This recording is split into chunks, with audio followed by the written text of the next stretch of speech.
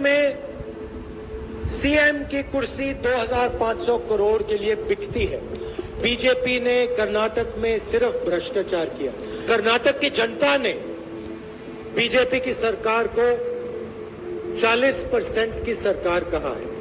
कुछ ही दिनों में कर्नाटक में चुनाव है और आपको अपनी सरकार बनानी है। ಕೆಲವೇ ದಿನಗಳಲ್ಲಿ ಕರ್ನಾಟಕದಲ್ಲಿ ಚುನಾವಣೆ ಇದೆ, ನೀವುಗಳು ನಿಮ್ಮ ಸರ್ಕಾರವನ್ನು ಆಯ್ಕೆ ಮಾಡಬೇಕಾಗಿದೆ।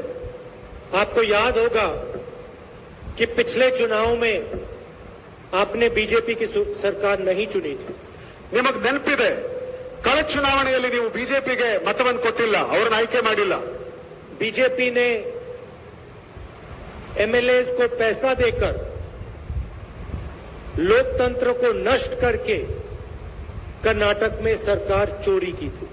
ಆದರೆ ಈ ಬಿಜೆಪಿಯವರು ಎಂಎಲ್ಎಗಳಿಗೆ ಹಣವನ್ನು ಕೊಟ್ಟು ಅವ್ರನ್ನ ಖರೀದಿ ಮಾಡಿ ಲೋಕತಂತ್ರವನ್ನು ಹಾಳು ಮಾಡಿ ಅವರು ಇವತ್ತು ಸರ್ಕಾರವನ್ನು ಮಾಡಿದ್ದಾರೆ। और पिछले 3 सालों से आप देख रहे हो कि बीजेपी ने कर्नाटक में सिर्फ भ्रष्टाचार किया।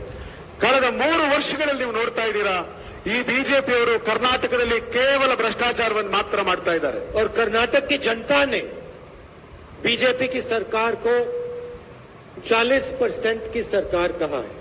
ಕರ್ನಾಟಕದ ಜನ ಈ ಬಿಜೆಪಿ ಸರ್ಕಾರವನ್ನ 40% ಸರ್ಕಾರ ಅಂತ ಕರೀತಾ ಇದ್ದಾರೆ। मतलब जो भी ये काम करते हैं, छोटा से छोटा काम हो, बड़ा काम हो, कर्नाटक की जनता से 40% कमीशन चोरी करते हैं। ಇಲ್ಲಿ ಯಾವುದೇ ಕೆಲಸ ಆದರೂ, ಅತ್ಯಂತ ಪುಟ್ಟ ಕೆಲಸ ಆದರೂ ಕೂಡ, ಅತ್ಯಂತ ದೊಡ್ಡ ಕೆಲಸ ಆದರೂ ಕೂಡ ಕರ್ನಾಟಕ ಜನ 40% ಭ್ರಷ್ಟಾಚಾರವನ್ನ, ಕರಪ್ಷನ್ ಅನ್ನ ಕೊಡಬೇಕಾದಂತ ಅನಿವಾರ್ಯತೆ ನಿರ್ಮಾಣ ಆಗಿದೆ। सरकार का काम जनता को उनका पैसा देने का होता है। ಸರ್ಕಾರದ ಕೆಲಸ ಜನರಿಗೆ ಅವರ ಹಣನ ಕೊಡೋದು ಅವರ ಕೆಲಸ ಆಗಿರುತ್ತೆ। सरकार का काम शिक्षा में, स्वास्थ्य में, सड़कों में पैसा डालने का होता है। ಸರ್ಕಾರದ ಕೆಲಸ ಏನು ಅಂದ್ರೆ ಶಿಕ್ಷಣದಲ್ಲಿ, ಆರೋಗ್ಯದಲ್ಲಿ ಮತ್ತು ರಸ್ತೆ ನಿರ್ಮಾಣದಲ್ಲಿ ಹಣವನ್ನು ತೊಡಗಿಸೋದು ಸರ್ಕಾರದ ಕೆಲಸ ಆಗಿರುತ್ತೆ। बीजेपी सरकार ने पैसा डाला नहीं, पैसा निकाला। ಆದರೆ ಬಿಜೆಪಿ ಸರ್ಕಾರ ಈ ಕೆಲಸಗಳಿಗೆ ಹಣವನ್ನು ಹಾಕಲಿಲ್ಲ। आपकी जेब से, किसानों की जेब से, मजदूरों, छोटे दुकानदारों की जेब से इन्होंने पैसा निकाला। ಹಣ ಹಾಕೋದ್ರ ಬದಲಿಗೆ ನಿಮ್ ಜೇಬುಗಳಿಂದ, ರೈತರ ಜೇಬಿನಿಂದ, ಕೂಲಿ ಕಾರ್ಮಿಕರ ಜೇಬಿನಿಂದ, ಬಡವರ ಜೇಬಿನಿಂದ ಅವರು ಹಣವನ್ನ ಕಿತ್ಕೊಂಡಿದ್ದಾರೆ। 40% हर काम में, ಎಲ್ಲ ಕೆಲಸಗಳ ಮೇಲೆ 40% ದೋಚಿದ್ದಾರೆ। और ये बात नहीं है कि प्रधानमंत्री को ये नहीं मालूम। ಇದು ಪ್ರಧಾನಮಂತ್ರಿಯವರಿಗೆ ಗೊತ್ತಿಲ್ಲ ಅಂತ ಏನಿಲ್ಲ, प्रधानमंत्री को सब कुछ मालूम है। ಪ್ರಧಾನಮಂತ್ರಿಯವರಿಗೆ ಎಲ್ಲ ಗೊತ್ತಿದೆ। यहां पे कॉन्ट्रैक्टर्स एसोसिएशन ने नरेंद्र मोदी जी को चिट्ठी लिखी और उनको कहा कि कर्नाटक में 40% कमीशन हर काम पे लिया जा रहा है। ಇಲ್ಲಿ ಕಾಂಟ್ರಾಕ್ಟರ್ಸ್ ಅಸೋಸಿಯೇಷನ್ ಅವರು ನಾವು ಮಾಡೋ ಪ್ರತಿ ಕೆಲಸಕ್ಕೂ ಕೂಡ 40% ನಮ್ಮ ಹತ್ರ ಲಂಚ ಕೇಳ್ತಾ ಇದ್ದಾರೆ ಅಂತ ಹೇಳಿ ಪ್ರಧಾನಮಂತ್ರಿಗಳಿಗೆ ಪತ್ರ ಬರೆದಿದ್ದಾರೆ। दिंगेश्वर स्वामी जी ने कहा कि मुझसे 30% कमीशन लिया गया है।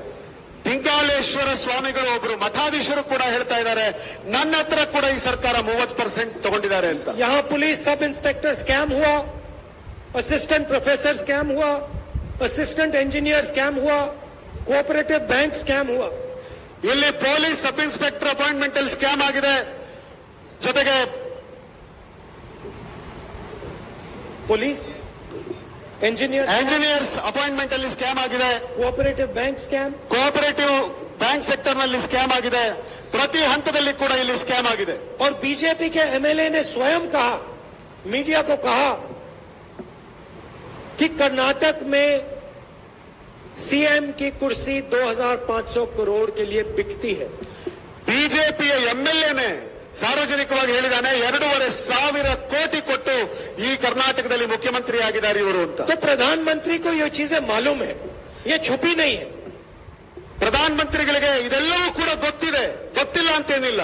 अगर कर्नाटक के हर बच्चे को ये मालूम है तो हिंदुस्तान के प्रधानमंत्री को भी ये मालूम होगा।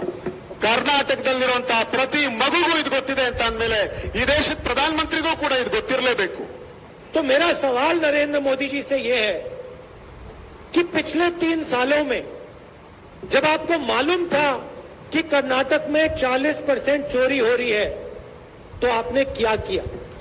ನಾನು ಪ್ರಧಾನಮಂತ್ರಿ ಕೇಳಲಿಕ್ಕೆ ಬಯಸ್ತೇನೆ, ಇಷ್ಟೆಲ್ಲ ಅನ್ಯಾಯ ಆಗ್ತಿದೆ ಅಂತ ನಿಮಗೆ ಗೊತ್ತಿದ್ರು ಕೂಡ ಕಳೆದ 3 ವರ್ಷದಿಂದ ನೀವು ಇದನ್ನ ನಿಲ್ಲಿಸೋದಕ್ಕೆ ಏನ್ ಮಾಡಿದೀರಾ? आपने चोरी को रोकने की कोशिश की? ನೀವು ಈ ಒಂದು ಲೂಟಿಯನ್ನ ನಿಲ್ಲಿಸುವಂತ ಪ್ರಯತ್ನ ಮಾಡಿದೀರಾ? आपने भ्रष्टाचारियों को पकड़ने की कोशिश की? ನೀವು ಈ ಭ್ರಷ್ಟರನ್ನ ಹಿಡಿಯೋದಕ್ಕಾಗಿ ಏನ್ ಮಾಡಿದೀರಾ? आपने एक कदम नहीं उठाया। ಒಂದೇ ಒಂದು ಹೆಜ್ಜೆ ಕೂಡ ನೀವು ಇಟ್ಟಿಲ್ಲ। क्यों नहीं उठाया? ಯಾಕೆ ಇಡ್ಲಿಲ್ಲ? और अगर आप आज आते हो, कर्नाटक की जनता से वोट मांगते आते हो, ನೀವು ಕರ್ನಾಟಕಕ್ಕೆ ಬರ್ತೀರಿ, ಕರ್ನಾಟಕ ಜನರನ್ನ ವೋಟ್ ಕೇಳಕ್ ಬರೋದೇ ಆದ್ರೆ तो आपको यह समझाना चाहिए कि जब कर्नाटक की जनता से 3 साल के लिए 40% चोरी किया जा रहा था तो हिंदुस्तान के प्रधानमंत्री ने क्या एक्शन लिया, क्या डिसीजन लिया, रोकने की कैसे कोशिश की, ये बताना चाहिए।